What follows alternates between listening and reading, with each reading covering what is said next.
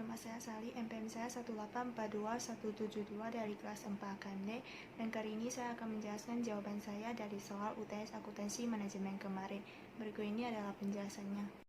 Ini adalah soal pertama yang mengenai Activity Based Supplier Costing, di mana soal tersebut ada tertera Activity Cost, di mana terdiri dari Adverse Buying dan Supplier Return, lalu terdiri dari Supplier Data. Yang pertama kita disuruh untuk menghitung the activity rates for assigning cost to supplier. Berarti kita hitung dulu Adverse Buying Rate-nya. Adverse Buying Rate-nya kita ambil dari angka 450.000 dari soal, lalu dibagikan dari supplier data insufficient units-nya, kita tambahkan 450 ditambah 450 ditambah 1000 ditambah 1000 dapatlah hasil 2.900.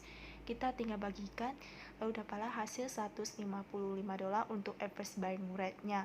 Lalu yang kedua, supplier return rate, kita juga langsung ambil dari soal, yaitu 115.000, lalu dibagikan dari supplier data return units-nya, kita tambahkan 30 ditambah 30 ditambah 120 ditambah 1200, dapatlah hasil 1380. Kita bagikan, dapatlah hasil $83 untuk supplier return rate-nya. Lalu yang kedua, kita disuruh untuk menghitung the total unit purchasing cost untuk setiap komponen untuk setiap supplier. Berarti ada dua supplier, yaitu Shellglass dengan Everglass. Sama-sama supplier itu ada mempunyai dua produk, yaitu untuk site dengan WS. Kita menghitung dulu purchase cost-nya itu untuk Shellglass untuk site-nya 47, kalau untuk WS 122, kalau untuk Everglass site-nya 42, kalau WS-nya itu 110. Lalu dikalikan ke unit purchase-nya. Untuk Shellglass itu 15.000, kalau untuk Everglass itu 24.000. Lalu dapatlah hasil 705.000, 1.830.000, 1.008.000 dan 2.880.000. Lalu yang kedua kita hitung adverse buying-nya.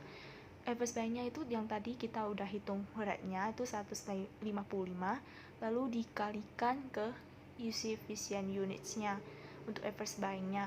Untuk Shellglass, site dan WS-nya itu sama 450, kalau Everglass 1000. Lalu dapatlah hasil untuk Shellglass 69.750, kalau untuk Everglass 155.000. Lalu yang ketiga yaitu supplier return. Yang tadi kita sudah hitung rate-nya juga 83, lalu dikalikan ke return units-nya. Untuk Shellglass itu sama, ada site dan WS sama, angkanya 30, kalau Everglass untuk site 120, kalau WS 1200. Lalu kita dapatlah total cost-nya, lalu baru bagikan ke unit purchase. Untuk Shellglass 15.000, untuk Everglass 24.000. Lalu kita dapatkan total unit cost. Untuk Shellglass site 51,82, kalau WS 126,82. Kalau untuk Everglass site-nya 48,87, kalau WS-nya 130,61. Lalu yang ketiga, kita disuruh menjelaskan mengapa kita harus melakukan value chain analysis, jelaskan dan linkkan ke strategis cost management. Karena dengan adanya value chain analysis, kita dapat mengenali kegiatan mana yang paling berharga, sumber biaya bagi perusahaan, dan mana yang dapat ditingkatkan untuk memberikan keunggulan kompetitif. Karena ketika sebuah perusahaan mampu menghasilkan barang dengan biaya lebih rendah dari harga pasar, akan menghasilkan keuntungan. Di mana value chain analysis itu menganalisis di mana keunggulan kompetitif atau kerugian perusahaan. Kalau perusahaannya bersaing melalui keunggulan diferensiasi, akan mencoba melakukan kegiatannya lebih baik daripada yang dilakukan oleh pesaing. Lalu ada 3 cost strategy management, itu ada low cost strategy, differentiation strategy, dan yang ketiga focusing strategy. Ini adalah soal yang nomor 2 mengenai productivity measurement. Yang pertama kita disuruh untuk menghitung partial productivity ratio untuk setiap mesin, lalu kita hubungkan setiap mesin itu ke hasil existing. Dimana untuk menghitung partial productivity ratio, rumusnya adalah output dibagi input yang terdiri dari material dan labor.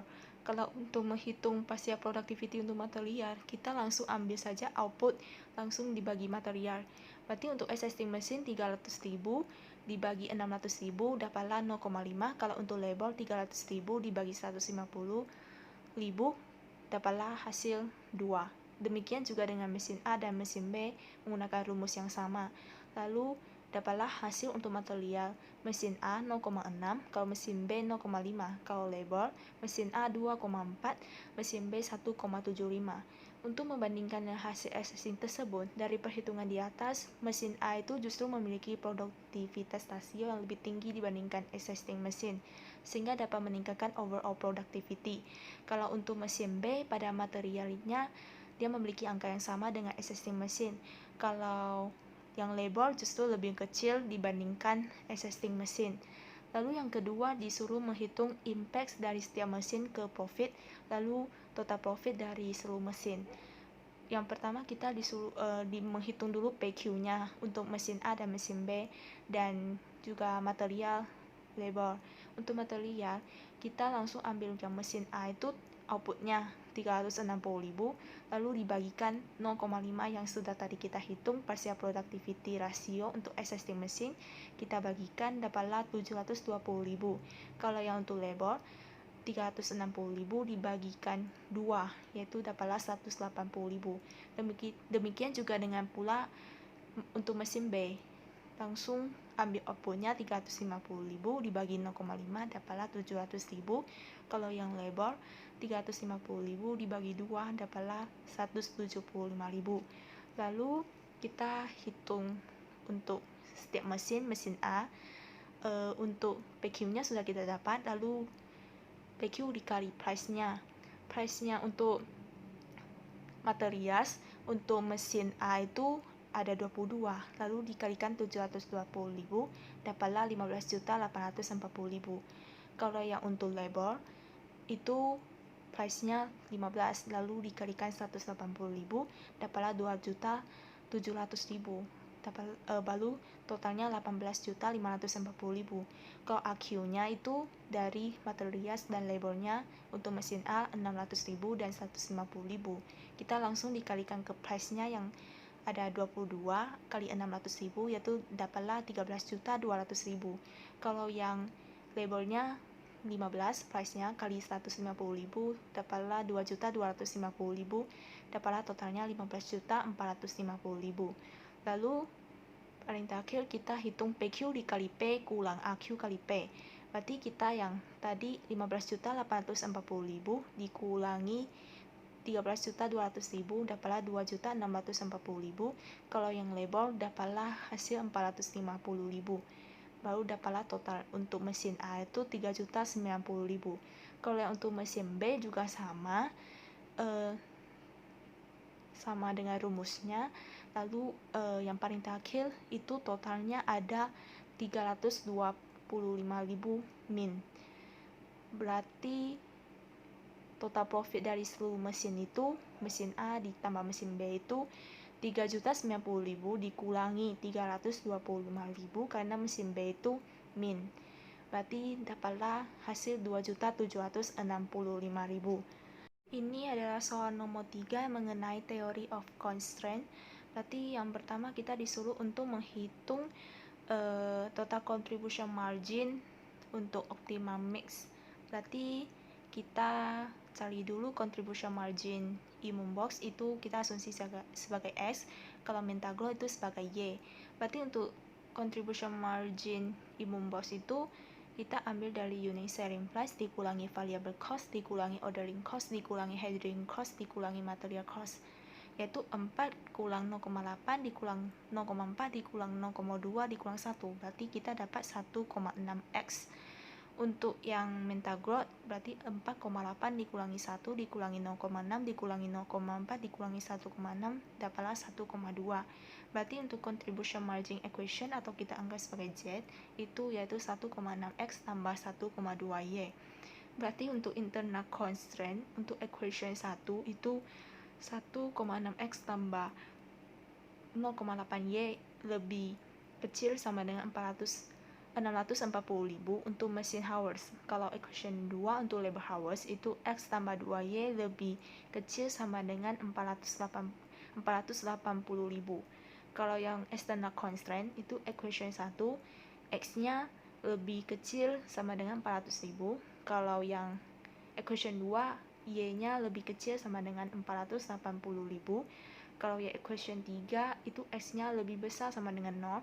Kalau equation 4 Y-nya lebih besar sama dengan 0.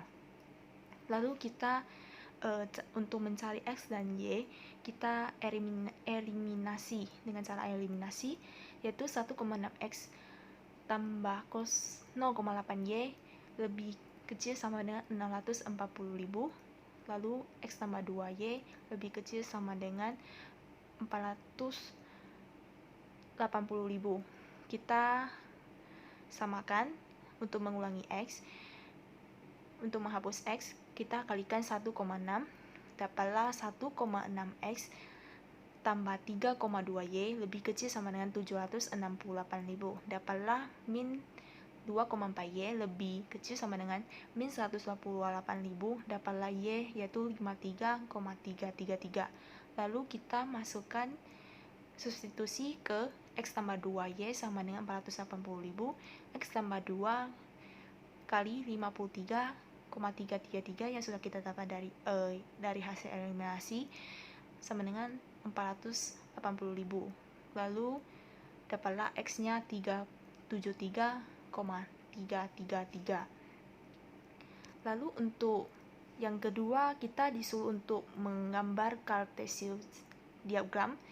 Yang pertama kita gambar dulu X lebih kecil sama dengan 400.000, lalu Y lebih kecil sama dengan 480.000, lalu kita gambarkan garis juga 1,6X tambah 0,8Y lebih kecil sama dengan 640.000 sama dengan X tambah 2Y lebih kecil sama dengan 480.000.